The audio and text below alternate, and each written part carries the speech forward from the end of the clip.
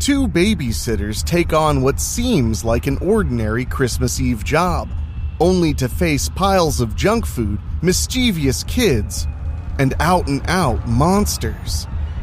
Will friendship and bravery help them survive these unexpected twists, or for Christmas will they be wrapped up? What's that? You want to be scared?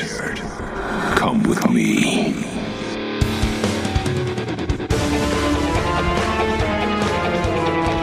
You will experience tales of horror, ghosts, and death. It is not recommended for the weak at heart.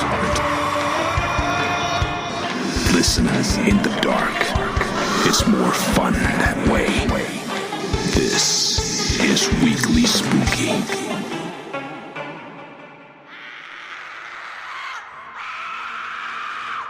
Hello, my spookies.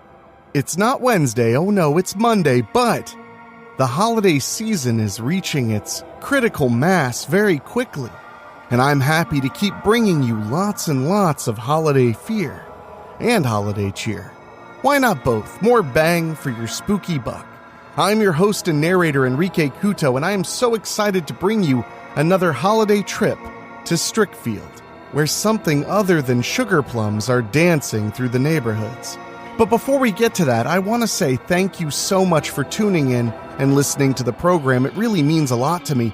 This is our biggest Christmas season ever after having our biggest Halloween season ever. I'm so glad you all are sticking around, and I want to remind you, we have scary stories and all kinds of horror-related content coming every single week, all year long. So make sure you're subscribed on your favorite podcasting app. And if you want to support us in a direct way, put a little something under my Christmas tree, as it were, head to weeklyspooky.com/join. For as little as $1 a month, you get 2 bonus shows every single month, and my undying gratitude. Go and join 100 other spookies at weeklyspooky.com/join. But now, it looks like Strickfield is coming up on my roadmap. Babysitting is supposed to be easy. Watch some kids, eat their snacks, maybe watch a movie. But what if the job came with unexpected dangers? And what if the kids weren't the ones you had to worry about?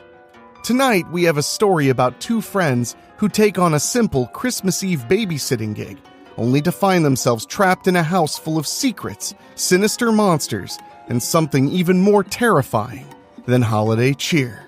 So, get comfortable, find something warm to drink, turn the lights down, because tonight we're telling that story, and believe you me, it'll bring a chill to the air, even in December. All that right after this.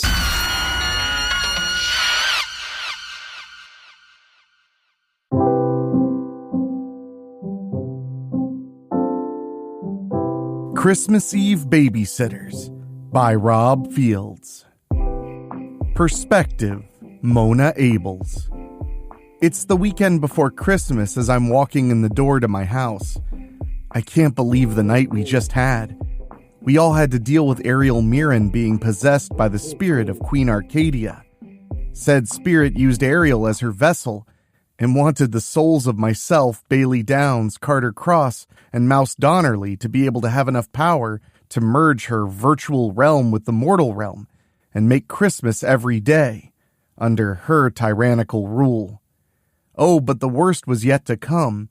Once Ariel broke free of Queen Arcadia's control, she practically commanded all of us to come with her to her house inside the gated community. She even invited Carter Cross, which she never did before. As soon as the 5 of us went into Ariel's house, it became an instant war zone. Ariel screamed at the top of her lungs for her mom to come out. When she did, you should have seen the look of surprise on her face. Adrian wasn't expecting Ariel to ever come home again. Mother and daughter yelled and screamed at each other. Even Ariel's own father wanted her gone. Ariel finally lost it and started throwing everything she could get her hands on at her mom and dad.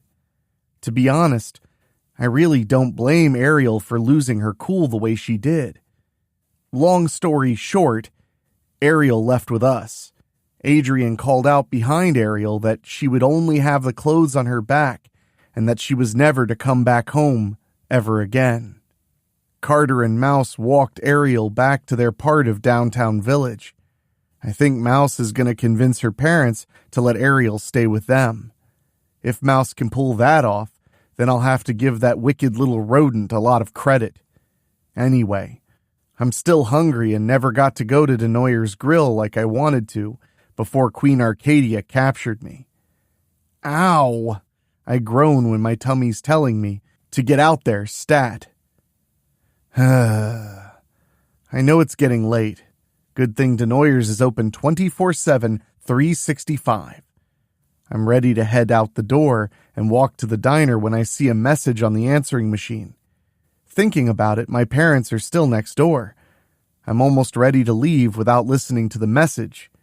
But I reconsider. It might be important. Yes, this message is for Mona Abels. We were given your name by your principal at Strickfield Junior High. We're looking for a babysitter to watch our children on Christmas Eve. If you're available, please call us at 330-555-8354 at any time. We're willing to make it worth your while. We'll even pay you a bonus for a job well done. Also, you can help yourself to anything out of our kitchen, or we can leave you money to order some food. Please let us know as soon as you can. My name is Summer Mirren. Again, call me at any time. Ow! I groan again when my stomach twists inside. Okay, I'm going. I walk out the door and am on my way to Denoyer's Grill.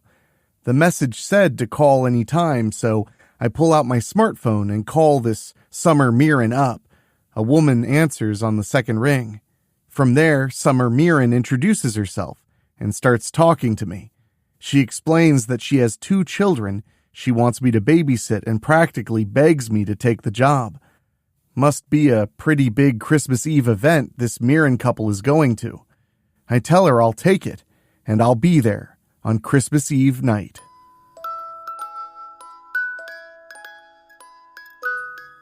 It don't take long for Christmas Eve night to come. Fortunately, Mom and Dad aren't really doing anything special.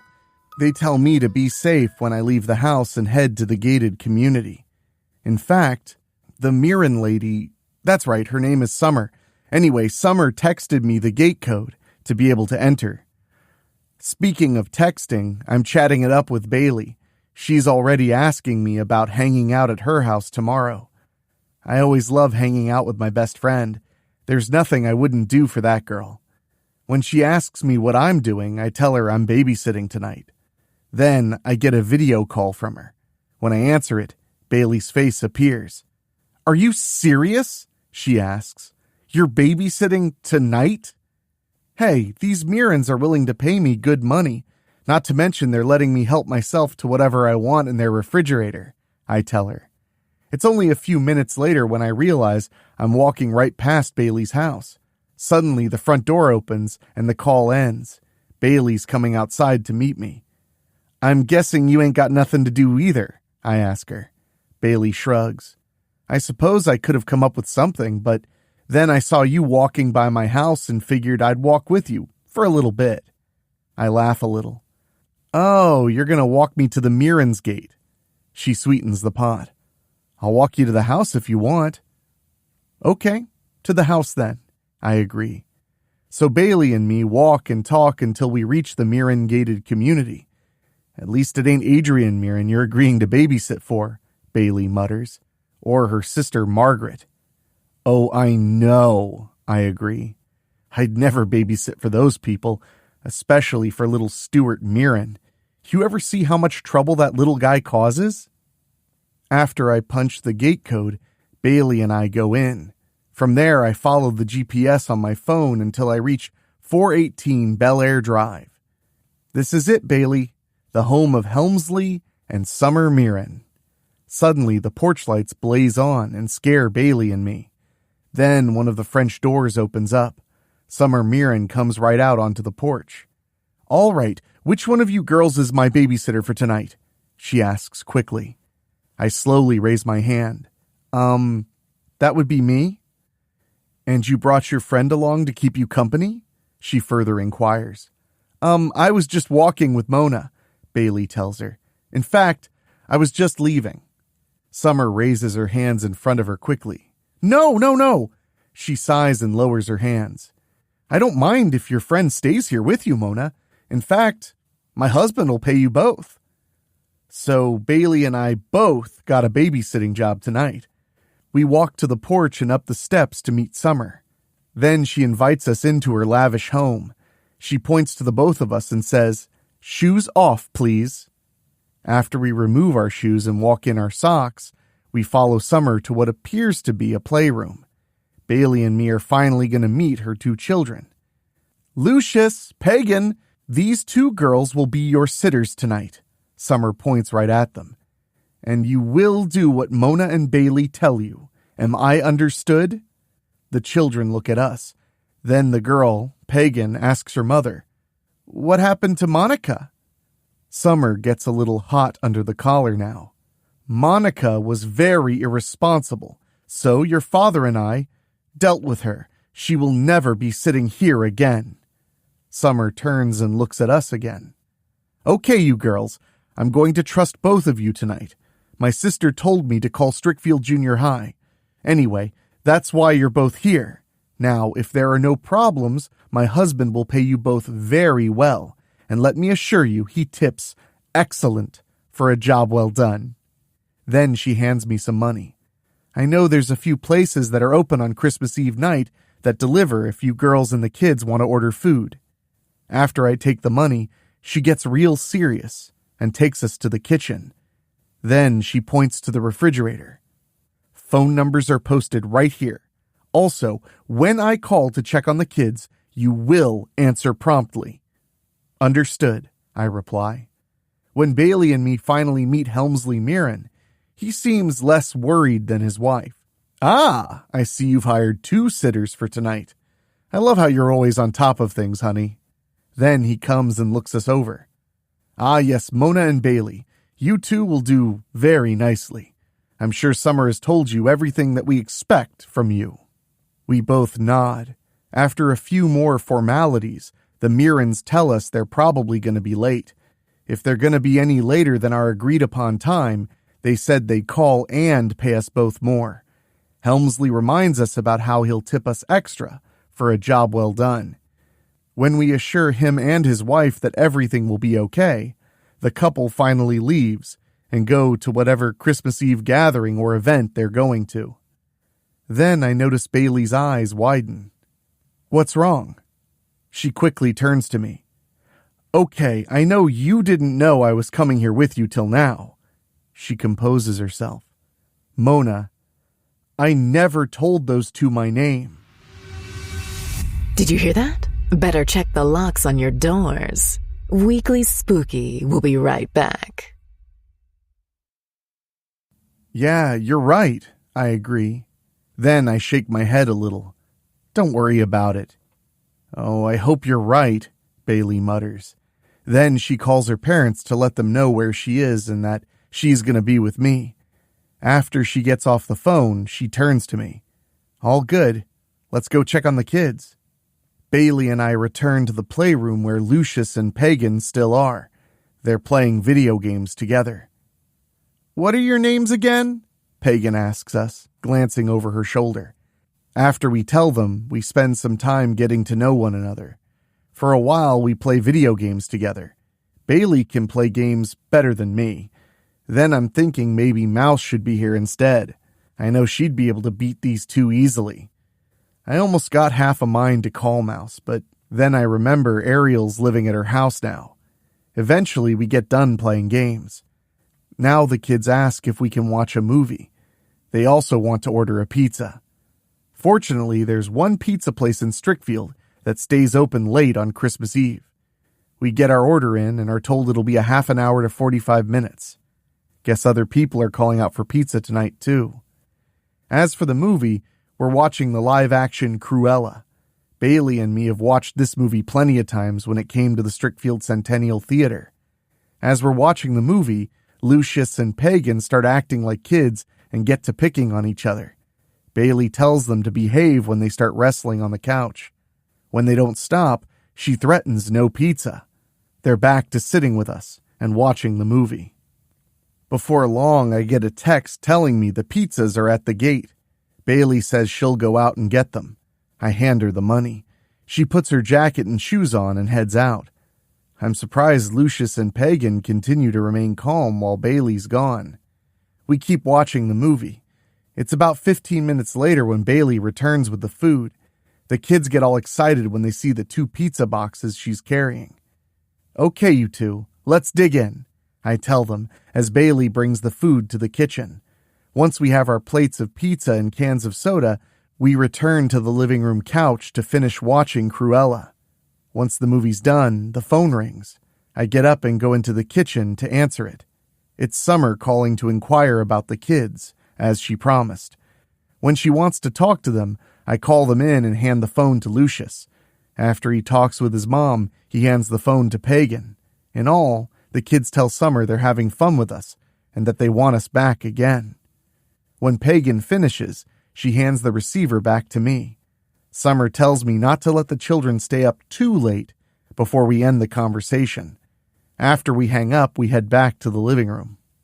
Where are your parents at tonight? I ask the kids. Did they tell you? I think Dad said something about doing some book reading with some friends or something, Lucius answers. That's usually what they tell Pagan and me when we need a sitter. Book reading? I mutter. On Christmas Eve night? Bailey adds. That's interesting. We're about 30 minutes into the second movie, The Nightmare Before Christmas, when Pagan rests against me. Lucius leans on Bailey. I smile a little and ruffle Pagan's hair. Suddenly, some thing bursts through the glass door leading out to the in-ground swimming pool.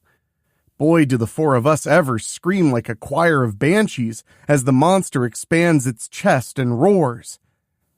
Something you want to tell me, Mona? Bailey yells. You think I knew about that thing? I yell back.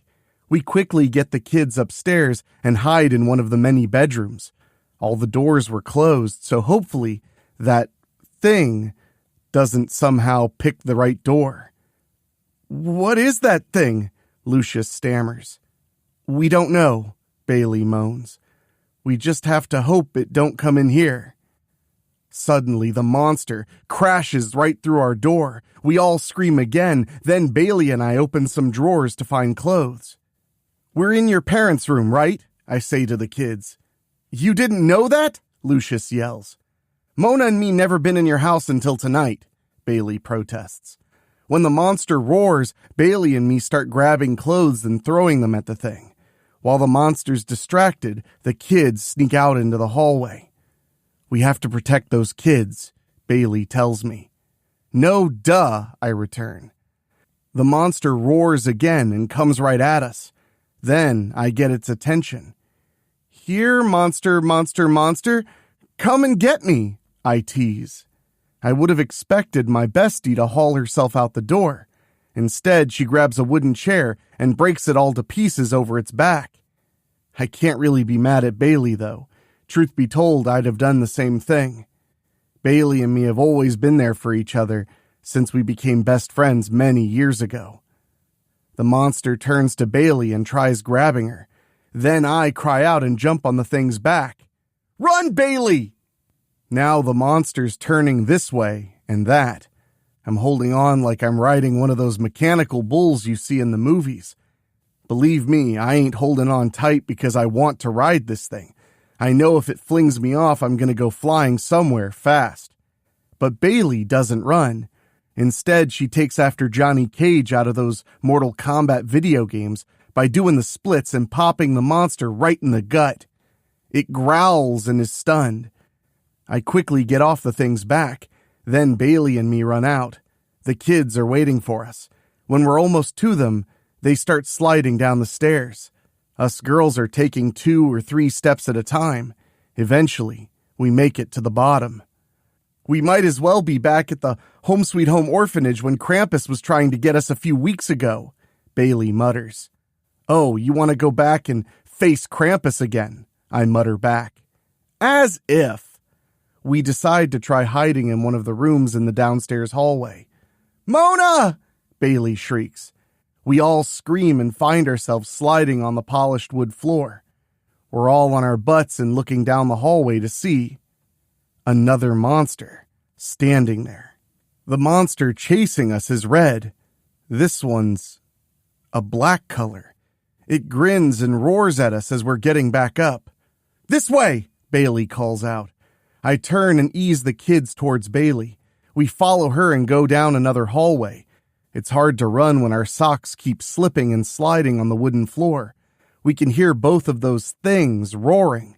Too bad the floors ain't slowing them down. We eventually come to more doors. Bailey opens one. We'll hide in here, she says. It's a well-stocked pantry. Bailey pulls the door shut. I motion for us to be quiet. It's not long before we hear those monsters scurrying past us. I pull my smartphone out and turn on the flash. Bailey does the same. Now we're texting each other so we don't talk out loud. We agree it's best to wait for a little bit. Lucius and Pagan are both holding each other. We motion for them to be quiet. Then I type on my phone and show them that we'll get out of here shortly. Suddenly, 2 hands come right through the wall behind Bailey and grab her shoulders. Now we're all screaming again. Help me! Bailey yells. Then she screams again. Don't go away. Weekly Spooky will be right back. The monster that grabbed Bailey breaks more of the wall before pulling Bailey through. The rest of us quickly come out and see the monsters holding her over one shoulder as she's punching its back with her fists. Let me go! Bailey growls.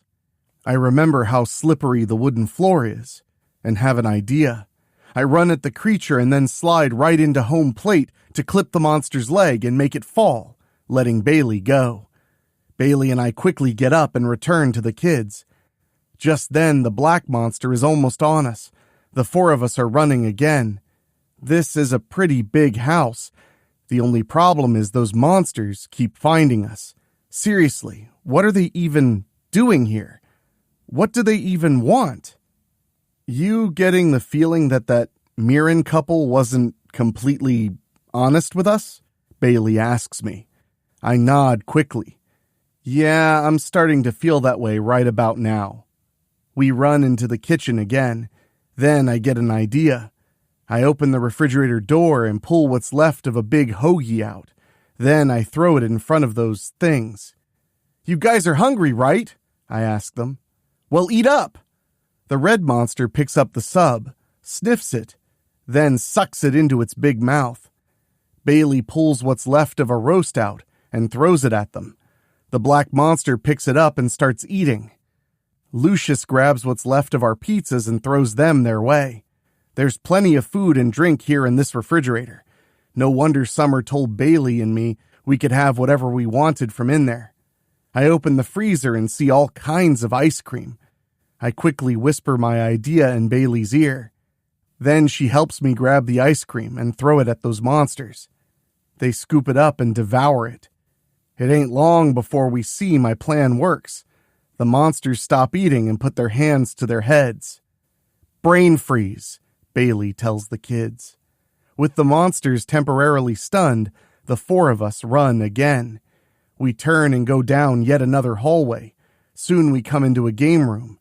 There's stuff ranging from arcade cabinets to even a full-scale VR cabinet. Soon we hear those monsters roaring. They'll be on us again soon. Bailey quickly closes the door and locks it. Then she moves to a nearby couch. Help me, Mona! I move to the couch and help Bailey move it against the door. We quickly pick up some stuff, toss it onto the couch, trying to weigh it down a little more. Eventually, Bailey and me both climb up and sit on top of the stuff. Bailey looks at Lucius and Pagan. Either of you know what's going on with those things out there? The kids look at each other. Then they look at us and shake their heads. I laugh a little. See? Now, why don't we believe the 2 of you? I have the feeling you kids have had babysitters before and those things came after them too, didn't they? The kids remain quiet. Then we hear a loud slam outside. Bailey and I both look at each other. We have to get out of here, girl, Bailey says. We can't leave the kids, though. We'll take them with us, I assure her. The monsters will just follow you, Pagan blurts out. They followed the other babysitters, too. Bailey and me look at each other again. Then Bailey points right at them as another loud crash hits the door. Yeah, you two definitely know more than you're letting on. Why do those monsters keep showing up when babysitters are here? Suddenly, a big, hairy hand crashes right through the door and almost grabs my hair. Bailey and me cry out and leap off the couch. Thankfully, the floor in this game room is carpeted, or we'd probably both have slipped and fallen on our butts. We both see the big monster hand trying to push the loaded couch away. I pick up a pool table stick and start smacking the hand with it. The hand quickly grabs it from me and pulls it out. I hear the pull stick snap shortly after. The door comes apart at the top half so the red monster can stick its head in. We can see the black monster behind it. We can't get out of here, Lucius cries. Then I see the window. Only problem is the glass looks really thick. It's not the kind of window we can just open up and escape through. The next thing I know, Bailey comes to me and whispers an idea in my ear. I nod fast and turn to the kids. I motion for them to hide before I turn the light off. As soon as Bailey and me are hidden, the rest of the door comes away. Then the monsters push the loaded couch aside. When they fully come into the room, we all come out of our hiding places and escape through the door. We're putting distance in between them when Lucius slips and falls. When he cries out, we know it's only going to be a matter of time before those monsters are on us again. My ankle, it hurts, Lucius groans, holding it. I got you, I say, and lift the boy into my arms. Those things are coming, Bailey yells. I can't run no more, Pagan groans. Bailey scoops her up and carries her. We're getting out of here right now. I open the first door I come to. It's a huge garage. When we're all inside, I pull the door shut. That won't keep them out, I tell Bailey. She pulls her smartphone out and turns on the camera flash. See if there's a garage door opener here somewhere. Then she groans. Too bad Mouse ain't here with us. She could have driven us out of here in one of these cars. We can drive these cars, I state confidently. We don't need that wicked little rodent. How hard can driving a car be? I believe I told you before, Mona, we don't play driving video games religiously the way Mouse does, Bailey reminds me. No, really, how hard can driving a car be? I persist. First, it's a problem for sure since these cars are locked, Bailey points out. I hate to admit it, but she's got me there. Then she further throws water on my fire. And where would we get the keys or fobs to start them? She sighs. So, there's no point calling Mouse. Urgh! I growl loudly, then I see the button and push it. Yes, we are out of here! Bailey cries excitedly when the light comes on, and the door starts opening. As the one garage door is halfway up, the red monster bursts through the side door we came in and is in the garage with us. We quickly move the children to the half-open garage door and put them through. Get out of here, I tell them. As Bailey and me are about to duck and join them, we're both grabbed by the monsters and pulled back. Then the black monster presses the button to stop the garage door. Then the creature speaks. You're not safe yet. Weekly Spooky will be right back.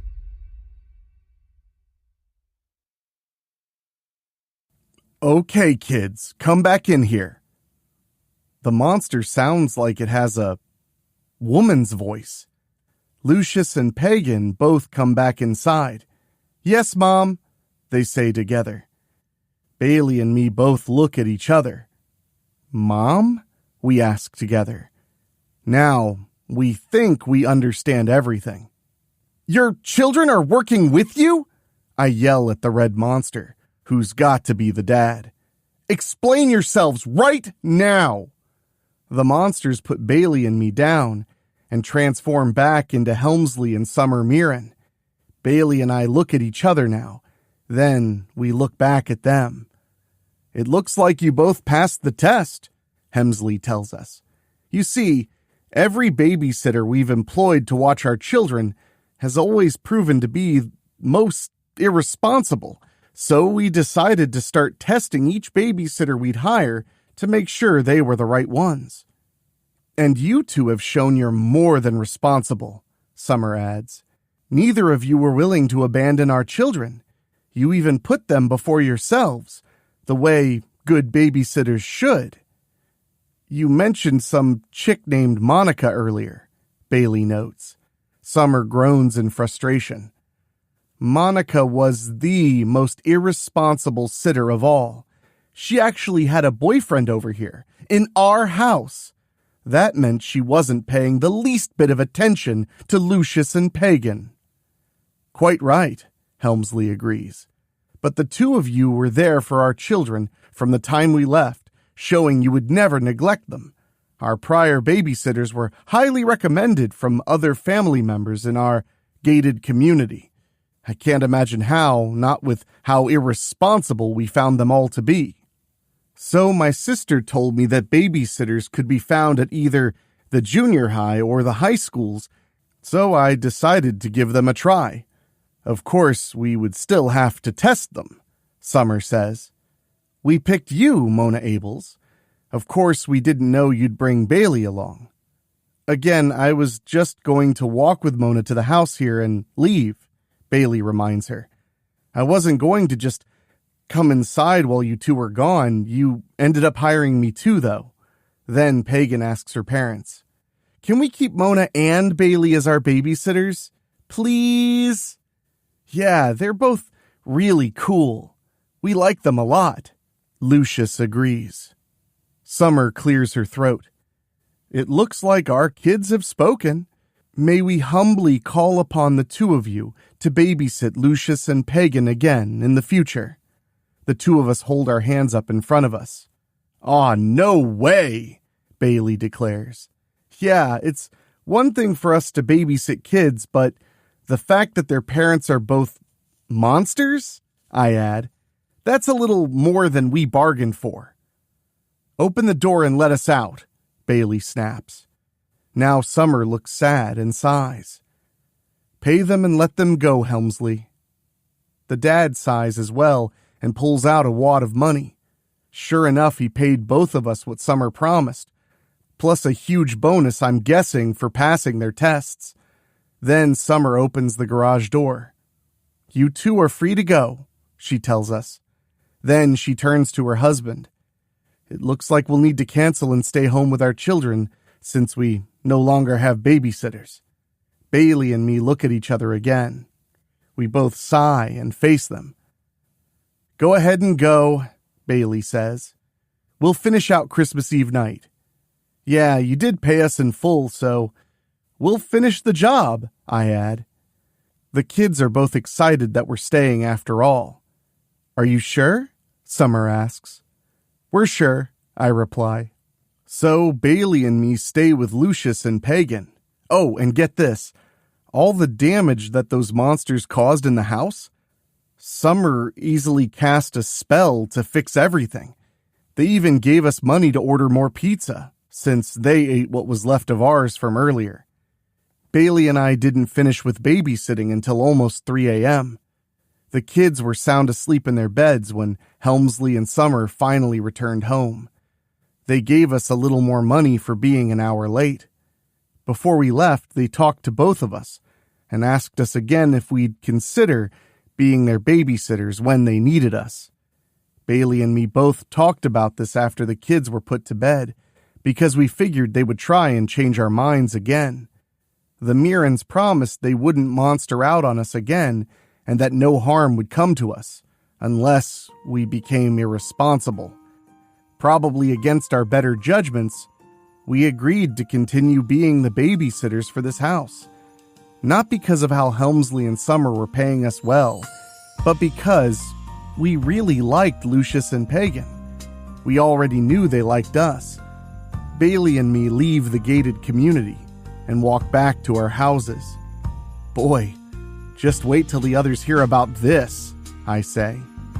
You know they'll believe it, considering everything we've been through recently. Bailey agrees. You stopping over tomorrow? Probably in the afternoon, I assure her.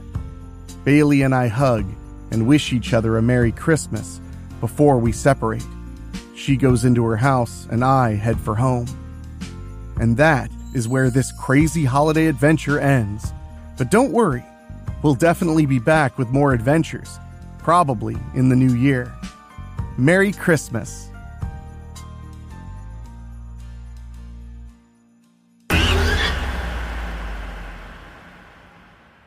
Well, my spookies, I hope you enjoyed that terrifying tale of Strickfield with a holiday flavor. And don't worry, on Wednesday we have yet another trip to Strickfield, as it's Christmas at Murder Mansion. You are not going to want to miss that, so make sure you're subscribed. And also tomorrow, we have a bonus episode of Cutting Deep into Horror, where myself and Rachel Rodolphe talk about a more modern Christmas horror film that we both find truly disturbing. So, subscribe on your favorite podcasting app, and while you're there, leave us a 5-star rating. It helps other spookies find the show. And if you need somewhere cool to hang out at, especially during the holidays, head to Facebook and type in Weekly Spooky's Tomb of Terror. It's completely free. All we do is hang out, share things, and have a good laugh, but on the spooky side of things. That's at Facebook by typing in Weekly Spooky's Tomb of Terror. And I want to say a huge thank you to the 100 of you who have joined our Patreon. It really means a lot. It helps the show keep going and going, and I couldn't thank you enough. If you want to join up, now is a great time. I would consider it a Christmas gift. All you have to do is go to weeklyspooky.com/join. For as little as $1 a month, you get 2 bonus shows every single month, audiobooks that are exclusive to Patreon, 2 years worth of creepypasta readings, and so much more. And I want to say an extra special thank you to our Patreon podcast boosters, folks who pay a little bit more to hear their names at the end of the show. They are Jessica Fuller, Johnny Nix, Jenny Green, Amber Hansford, Brent McCullough, Karen Weemet, Jack Kerr, and Craig Cohen. Thank you guys so much. And if you want to hear your name at the end of the show, just like them, all you have to do is go to weeklyspooky.com/join and select a tier at $15 a month or higher. But anyway, my friends, I gotta get back to it. I'm actually on the road right now, taking a little Christmas vacation of sorts, visiting friends, but you will not be missing a single episode. So for myself, for my producer, Dan Wilder, my executive producers, Rob Fields, Mark Shields, and Bobbletopia.com, and my composer, Ray Mattis, I will talk at you tomorrow. Thank you for listening. Make sure to find your way back next week. But for now, you are safe. Trust me.